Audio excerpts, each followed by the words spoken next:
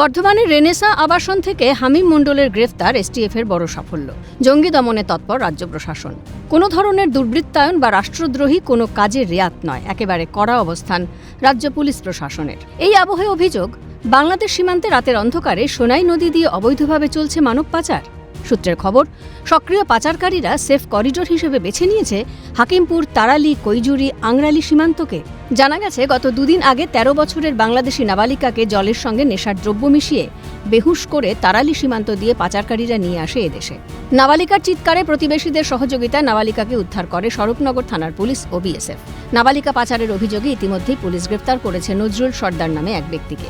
যে নাবালিকাকে তার বাড়িতে রেখেছিল তাকে জিজ্ঞাসাবাদ করে পাচারকারীদের ধরতে তদন্ত শুরু করেছে পুলিশ।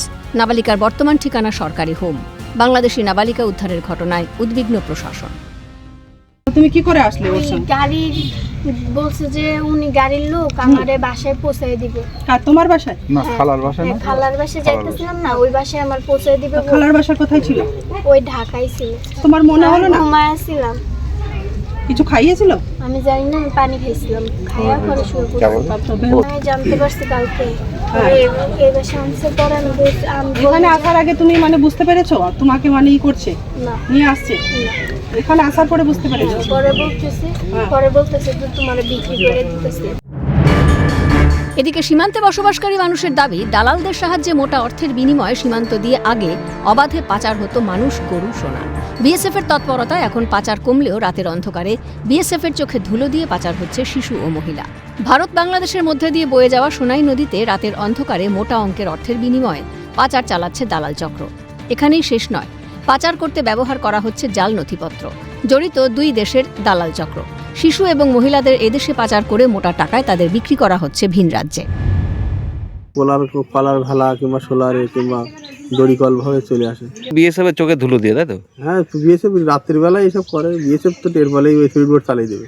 হচ্ছে তো বটে, না হলে আসবে কি করে বাচ্চাটা? এখন কমেছে, অনেক আগে থেকে, 1 বছর আগের থেকেও কমে গেছে, মানে সেই আর আগের মতো নেই। মানে এখান থেকে বছর 2 আগে যেরকম ছিল সেটা আর নেই। দেওয়াল চক করে আসে, লাইন, যেটাকে লাইন বলে বাংলা ভাষায়। এখন কিছুই পাচার হচ্ছে না, এখন বিএসএফ এর বিশাল কড়াকড়। এখান থেকে পাচার হতো গরু টরু, লোকজন পার হতো, ধুর পার হতো। এখান থেকে লোকজন দ্বারা পাচার হতো, টাকা নিয়ে পাচার করতো। কেউ 10,000, কেউ 20,000, কেউ 50,000, এরকম চুরি চামারি করে নিয়ে টাকা নিয়ে পাচার করতো। মানুষ পাচার হলো এরকম কারো 10, কারো 20, কারো 30। কাদের দিত ওটা দালালের দিত, দালাল দিত। বিএসএফ কি জানতো? বিএসএফ জানতো না, বিএসএফ এর চোখে ধুলো দিয়ে যেত। যেটা অভিযোগ উঠে আসছে যে এই জায়গা দিয়ে কিন্তু অবাধে কিন্তু চোরা চালান হতো একটা সময়। গরু পাচার, মানুষ পাচার, সোনা পাচার, বিভিন্ন কিন্তু পাচার করা হতো কিন্তু এখান থেকে রাতের অন্ধকারে, এবং কিন্তু দালাল মারফত সেটা পাচার হতো। ইদানিং কিন্তু সেই পাচার কিন্তু কমেছে, আবার পাচার কমলেও কিন্তু অভিযোগ উঠে আসছে রাতের অন্ধকারে কিন্তু বিএসএফ এর চোখে ধুলো দিয়ে পাশেই যে সোনাই নদী আছে সেই সোনাই নদীতে কলার ভেলা কিংবা সোলার ভেলা কিংবা দড়ির সাহায্যে কিন্তু ওপার থেকে এপারে মানুষজনকে কিন্তু পাচার করা হচ্ছে অর্থের বিনিময়ে। প্রশ্ন উঠছে সীমান্ত সুরক্ষা নিয়ে। এর জন্য দায়ী কে? পাচার রুখতে কী পদক্ষেপ নিয়েছিলেন মমতা? কেন বিএসএফকে তৎকালীন তৃণমূল সরকার জমি দেয়নি? দেশের নাগরিকদের সুরক্ষা দেওয়ার দায়িত্ব কার ছিল? বিগত তৃণমূল সরকার কি ঠিকভাবে সেই দায়িত্ব পালন করেছে, নাকি ভোট ব্যাংকের স্বার্থে দেশের মানুষের কথা না ভেবে কাজ করেছে আগের সরকার? প্রশ্নগুলো উঠছেই। ভোটের মুখে বঙ্গে এসে অনুপ্রবেশ ইস্যুতে সুর চড়িয়েছিলেন খোদ স্বরাষ্ট্রমন্ত্রী অমিত শাহ। বলেছিলেন ক্ষমতায় এলে 45 দিনের মধ্যে বিএসএফকে জমি হস্তান্তর করা হবে। হয়েছেও তাই। মুখ্যমন্ত্রীর কুর্সিতে বসেই প্রথম ক্যাবিনেট বৈঠকে শুভেন্দু অধিকারী বাংলাদেশ সীমান্তে কাঁটাতারের বেড়া দেওয়ার জন্য বিএসএফকে 600 একর জমি হস্তান্তরের নির্দেশ দিয়েছেন। রাজ্যের মুখ্য সচিব এবং ভূমি ও রাজস্ব সচিবকে এই দায়িত্ব দিয়েছেন মুখ্যমন্ত্রী। জনবিন্যাস বদলানোর সর্বপ্রথম পদক্ষেপ হিসেবে সীমান্তে কাঁটাতার দেওয়ার প্রক্রিয়া শুরু হয়েছে। আমাদের দেশের সুরক্ষার প্রশ্ন, পশ্চিমবঙ্গের সুরক্ষার প্রশ্ন, এবং যেভাবে জনবিন্যাস বদলে গেছে, আজকে আমরা প্রথম দিনই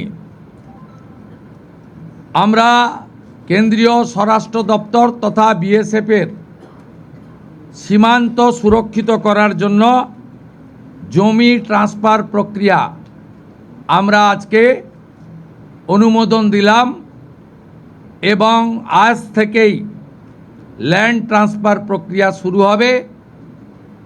ভূমি ও রাজস্ব সচিব তাকে এবং মুখ্য সচিবকে দায়িত্ব দেওয়া হলো ৪৫ দিনের মধ্যে বিএসএফের প্রয়োজনীয় জমি হস্তান্তর সম্পূর্ণ করতে হবে।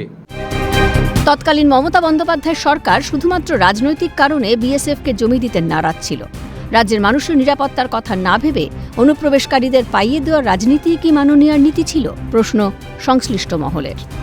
বারবার কিন্তু এই অভিযোগটা উঠে আসছে যে অর্থের বিনিময়ে এর দালাল চক্র কিন্তু এই এলাকায় কিন্তু সক্রিয়ভাবে পাচার কাজের সাথে যুক্ত। হাকিমপুর থেকে পঙ্কজ বিশ্বাস, ক্যালকাটা নিউজ।